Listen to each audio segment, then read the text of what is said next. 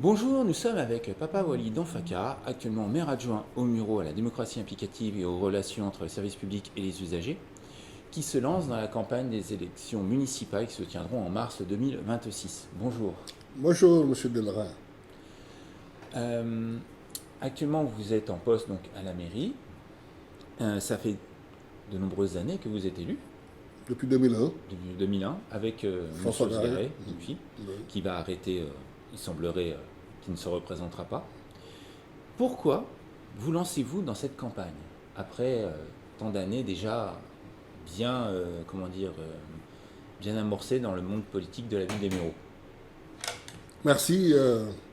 Pourquoi suis-je candidat? Pour moi, c'est la suite logique d'un parcours politique marqué par des responsabilités municipales que j'ai exercées depuis 2001. Donc ça fait 4 mandats.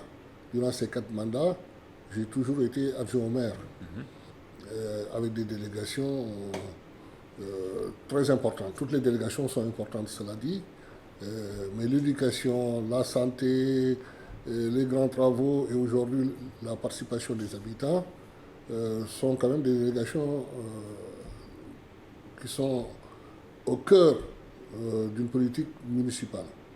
Alors, ma candidature donc, comme je vous l'ai dit, c'est la suite logique de ce parcours politique marqué par des responsabilités.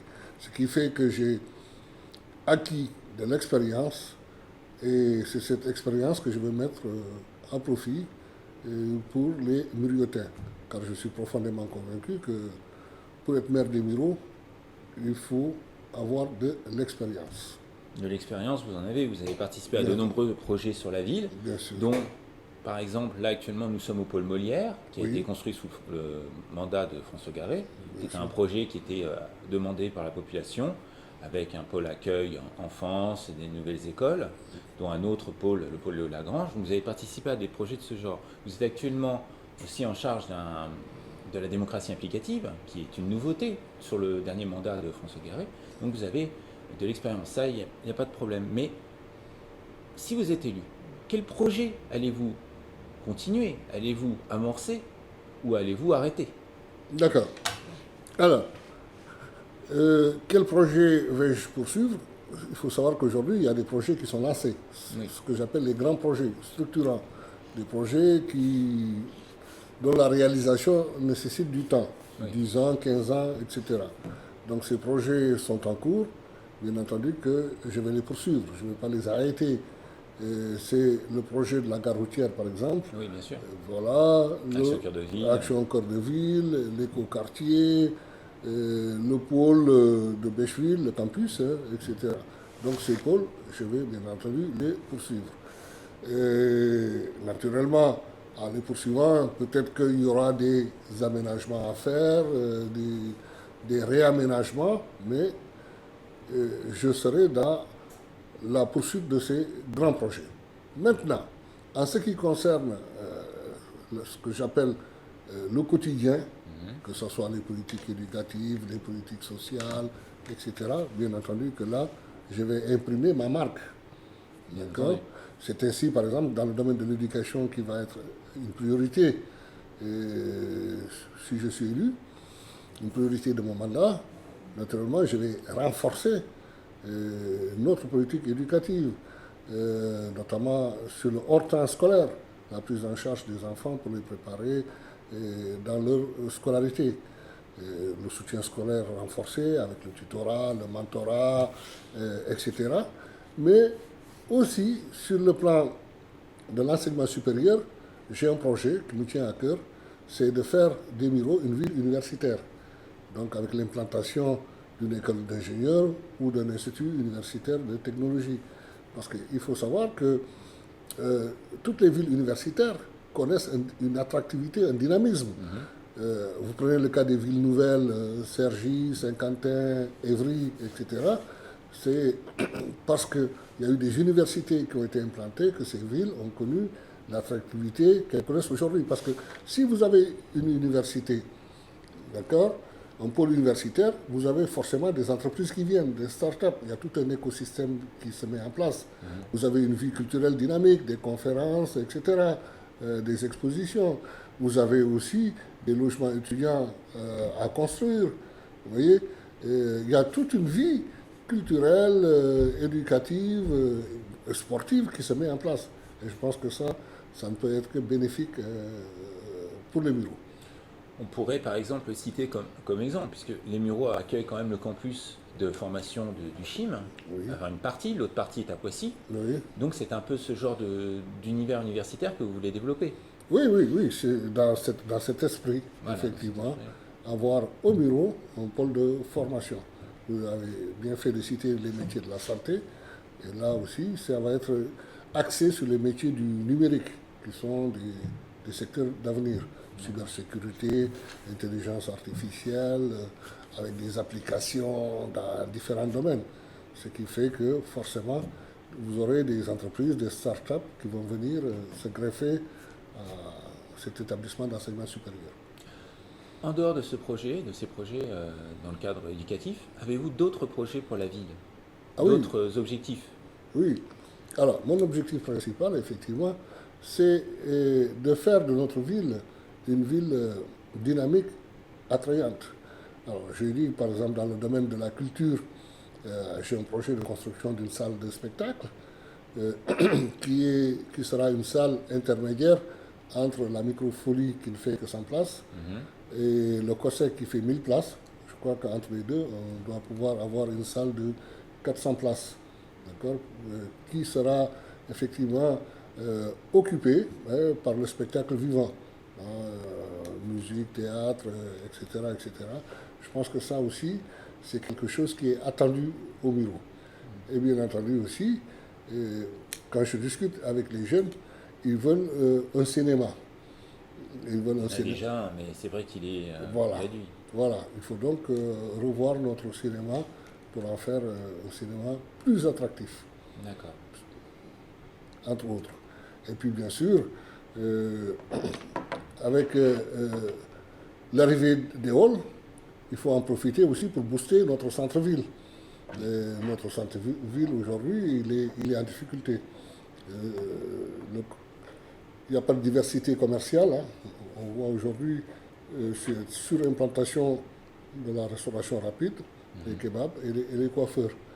Je crois que aujourd'hui, ce qu'il faut, c'est arriver à attirer de nouveaux commerces, de façon à avoir de la diversité dans ce secteur-là. Ça aussi, c'est une priorité. D'accord. Très bien. Alors, Alors, je vais rajouter aussi, oui, dans sûr. le domaine de la santé, je ne cesse de le redire, hein, c'est officiel, 40% des Muriautais n'ont pas de médecin traitant. Oui, Donc là, il faut apporter une réponse. Oui. Il y a certes des soins non programmés qui font que vous pouvez aller voir un généraliste à tout moment sans rendez-vous. C'est bien. Mais ça ne répond pas aujourd'hui à l'attente, à la demande des Muriétains qui consiste à dire nous voulons un médecin traitant. Bien sûr. D'accord. Et c'est la réponse appropriée pour ceux qui souffrent d'affections chroniques, etc. Donc voilà mes priorités. Mais justement, en parlant de santé, vous pensez quoi de l'implantation de nombreux spécialistes sur la ville? Il y a eu quand même à l'arrivée de quelques pôles de santé, entre guillemets. Par exemple, je vois au centre commercial Espace, les deux pôles qui sont installés, dentaire, cardiaque, il y a même un cardiologue qui est là-bas.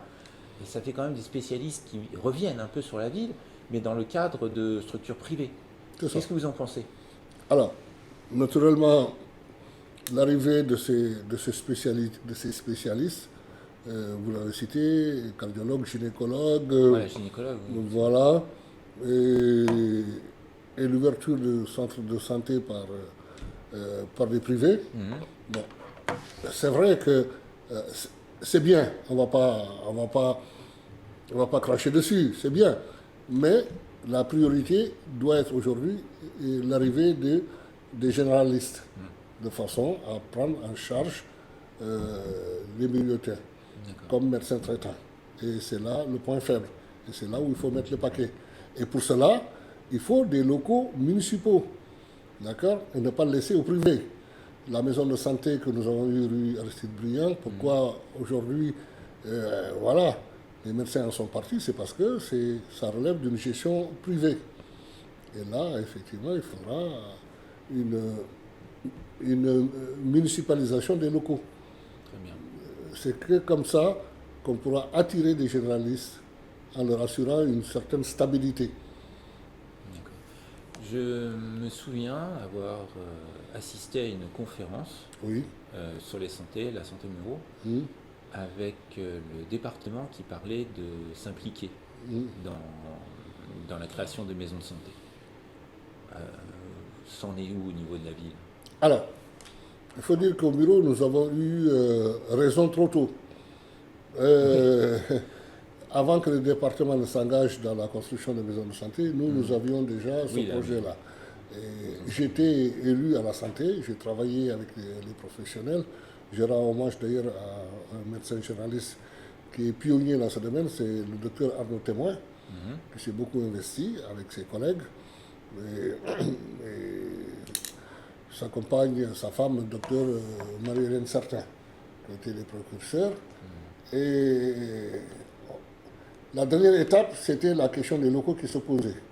Bon, à défaut de locaux municipaux, se sont rabattus sur un privé.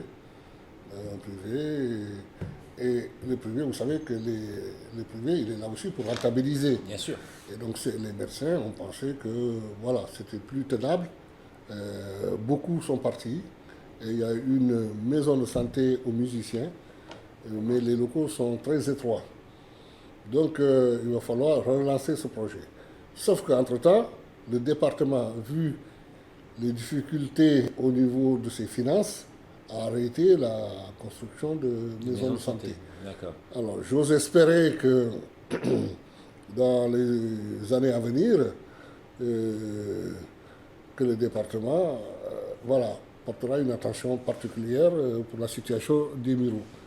Voilà, j'ai vu que récemment, la maison de santé de Bonnières, financée par le département, voilà, est sortie des terres. Et je suis optimiste. Si je suis élu, en tout cas, j'ouvrirai ce chantier avec le département. D'accord. Alors, on va sortir des limites des Mureaux, puisque en tant que maire, si vous êtes élu maire, vous serez par définition, enfin sûrement un des vice-présidents de la communauté urbaine de GPSO, Grand Paris Seine-et-Oise, dont je crois que vous êtes d'ailleurs, vous siégez déjà. Je siège déjà. Voilà. Donc il y aura une nouvelle assemblée de conseillers communautaires. Quel sera votre objectif, votre angle de travail sur GPSO? Alors, la communauté urbaine, comme d'ailleurs toutes les intercommunalités, repose sur la mutualisation de projets et de moyens. D'accord. Donc, au sein de GPSO, avec bien sûr mes collègues, je pousserai pour que les compétences de proximité, n'est-ce pas, qu'on laisse plus de souplesse aux communes. D'accord. Alors, quand je parle de compétences de proximité, c'est la propreté, les espaces verts, parce que vous savez qu'au bureau, les gens se sont rendus compte, les habitants se sont rendus compte que depuis que la CU exerce la compétence propreté, il y a eu quand même une baisse des performances dans ce domaine. Heureusement que les Mureaux, avec certaines communes, ont proposé de reprendre par une convention de gestion la compétence propriété et espace vert. Bon, c'est bien. Alors la voirie, c'est plus compliqué, mais ce qu'il faut, c'est quand même une réactivité de la CU pour que le trou à reboucher, qu'on n'attende pas 6 mois pour reboucher un trou. Donc là, il y a des choses à améliorer dans les relations entre les communes et la communauté urbaine. Rapidité d'action. Rapidité d'action. Voilà, je prends cet exemple patent qui, voilà, sur lequel tout le monde se plaint. Voilà. Des fois même pour tracer un passage piéton, ça met du temps parce qu'il faut passer par la CU, etc., etc. Donc quand dans certains endroits, vous voyez que la traversée est dangereuse puisqu'il n'y a pas de passage piéton bien tracé. Je pense qu'attendre 5 mois, 6 mois, c'est... Voilà, les gens se disent, mais que fait la CU? Que fait la CU? Donc voilà, c'est à ce niveau-là. Que fait la mairie? Parce qu'ils Voilà, ont encore du mal à accepter le principe que c'est voilà. Ils s'en prennent à la mairie. Et la mairie, les techniciens vous disent, nous, on a informé la CU, on attend. Voilà. Je pense que c'est à ce niveau-là qu'il faut faire avancer les choses, améliorer. Voilà.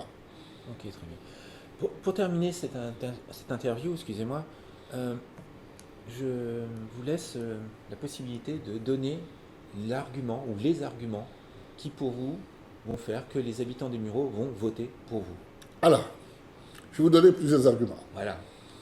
D'abord, mon expérience, j'insiste là-dessus.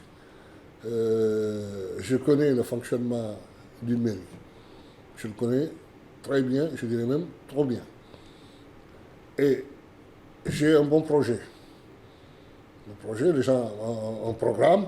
Les gens, d'ailleurs, nous avons commencé à diffuser, voilà. Oui, qu'on peut retrouver sur des réseaux sociaux. Voilà, une partie de notre programme. Et tout cela sera présenté aux habitants dans le détail. Et j'ai une bonne équipe aussi. Une équipe constituée de personnes expérimentées qui sont des élus sortants. Quelqu'un comme Louis XVI, par exemple, qui me soutient, et qui va être dans la liste. Et Michel Carrière, qui va être dans la liste. C'est quand même quelqu'un qui a œuvré pour que les Mureaux remportent le prix de premier écoquartier. Oui, on y est, on est plein dedans. Le premier écoquartier Molière, oui. Voilà. Plus des jeunes qui sont venus me rejoindre, qui sont pétris de talent. Je pense que cet amalgame-là fait qu'aujourd'hui, j'ai une équipe experte qui, naturellement, fera avancer les choses. Et à titre personnel, je suis quelqu'un de très investi dans la ville, proche des habitants, parce que cette proximité aussi est très importante. Je crois que les Milieutin savent que je suis au quotidien à leur côté, quelqu'un de très abordable, quelqu'un qui accepte la discussion, qui accepte la contradiction, puisque la contradiction, ça fait avancer. Et je continuerai dans cette voie-là, à avoir ce lien de proximité avec les habitants. D'accord. Ben, merci Papa Walid Anfaka de nous avoir permis cette interview, cette rencontre. Pour information, j'invite les autres candidats aux élections municipales à venir échanger et discuter avec moi pour faire une interview, si ça les intéresse évidemment. Et bon, tout ce qu'on peut vous souhaiter, c'est bon courage pour la campagne. Merci, monsieur Derain. Vous faites un travail de qualité. Merci. Et je pense que les habitants pourront, à travers votre canal d'information, n'est-ce pas, s'informer sur les programmes, les projets des candidats. Et tout ce que je souhaite, c'est une campagne apaisée, où on se respecte, où on débat d'idées, de programmes. C'est ce que je pense que tous les Maurientains veulent. Oui, voilà. sûrement. Merci. Merci.